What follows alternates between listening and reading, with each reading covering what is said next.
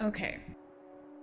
We sit in class, back straight in uncomfortable chairs, learning subjects we can't relate to or apply to our careers. Careers, those things that we are expected to pursue right out of high school.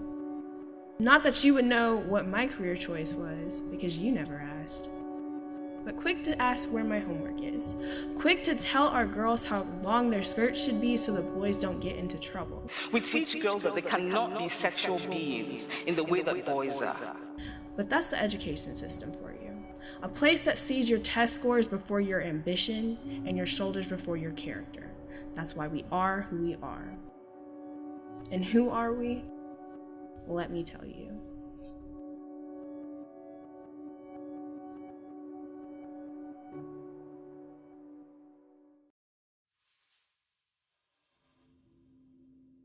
You don't just talk to youth about leadership. It's important to talk with youth about leadership, and what that means is there should be some percentage of idea sharing. Although we have some experience in life that youth may not have yet, we don't necessarily have all the answers.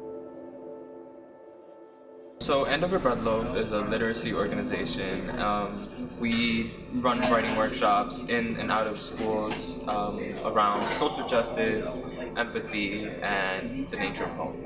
And we get people of all ages to write. Sometimes we work with 5-year-olds, sometimes we work with 55-year-olds. And we write and we share our writing, and it's all about love. It's something that the school can't provide. It's not an environment that they can recreate. I feel like Andover Breadloaf really creates this space where it's safe to fully express yourself with no repercussions, and there's a support system and family that comes with each poem that you write or story that you tell. We try to get the kids out of a rough neighborhood. We're trying to do an after-school program to where we can help kids with schoolwork and, try new things like sports and activities, artwork, and all that good stuff. I got brought into the Next Gen program before he did, and I wanted to start it because my little brother, I live in a pretty rough neighborhood, and I basically wanted to keep my little brother from being a part of it, so I just thought that it would be good if do like a little after-school program, help everybody else except my little brother.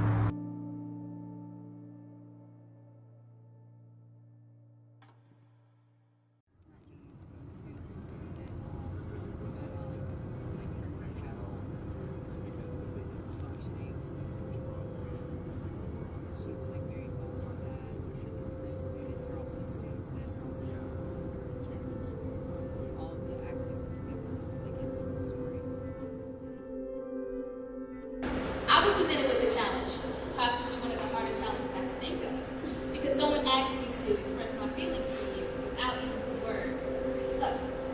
Wow.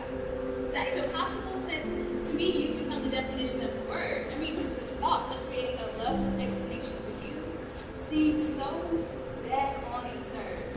This task seemed This is my first time in the Southwest. It's my first time in Window Rock, Arizona, and in Navajo Nation. I really didn't know anything about Navajo people at all, but just after leaving here, after being here, I feel like I've acquired a new family, a family that I can count on and call on just whenever I need to. So I actually love this experience, and the writing has been awesome.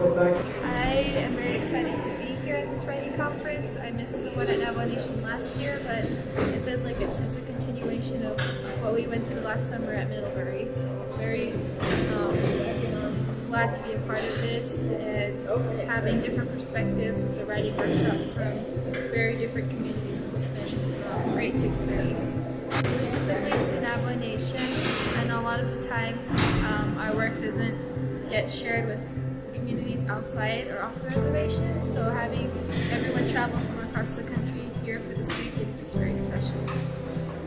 It's crazy how we all come from different places, but we're able to reunite in a, at least for me, unfamiliar space, but still kind of hold the values of NGLN, which is community building and support.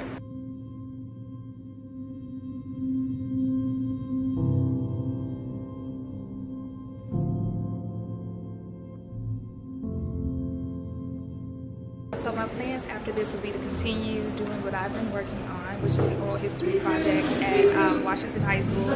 Take some of the storytelling and writing techniques that I've learned here and apply them to my classroom, and then hopefully be able to really connect with next generation.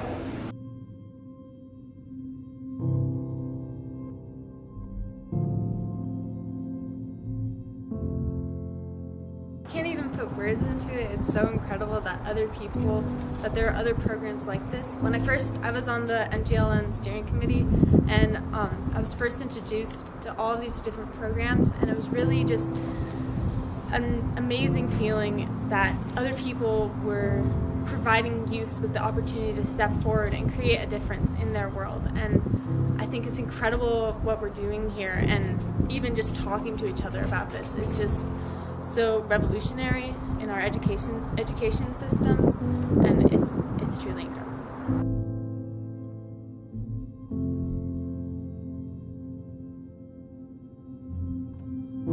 We have been alive for almost 2 decades, and we still don't know enough to be listened to. We are #kings and queens, social media gurus, the embryos of technology, pop culture, and Beyonce.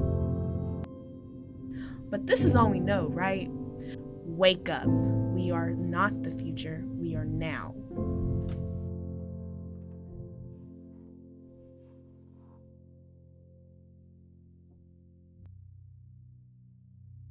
As young people who live in this day and age, we have seen so much in just a sliver of time. You can call us hormonal, emotional, naive, and say that is all we are. But as new history is being written, you will be proven wrong every time.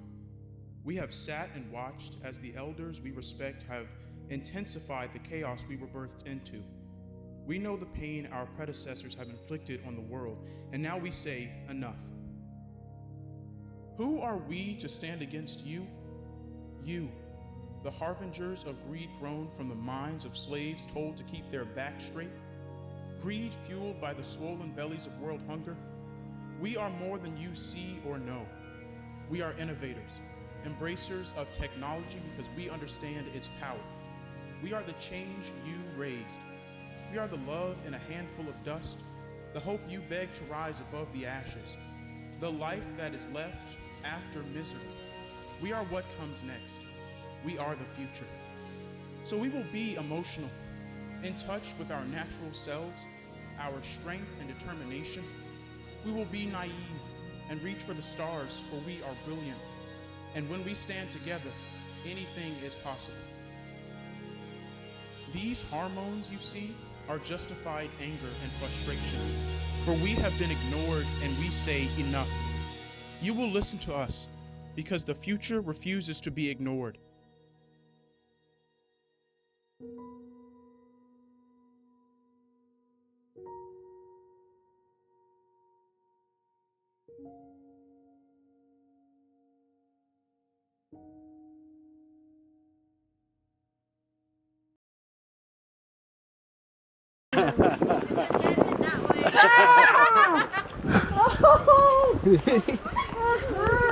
I know who's walking home.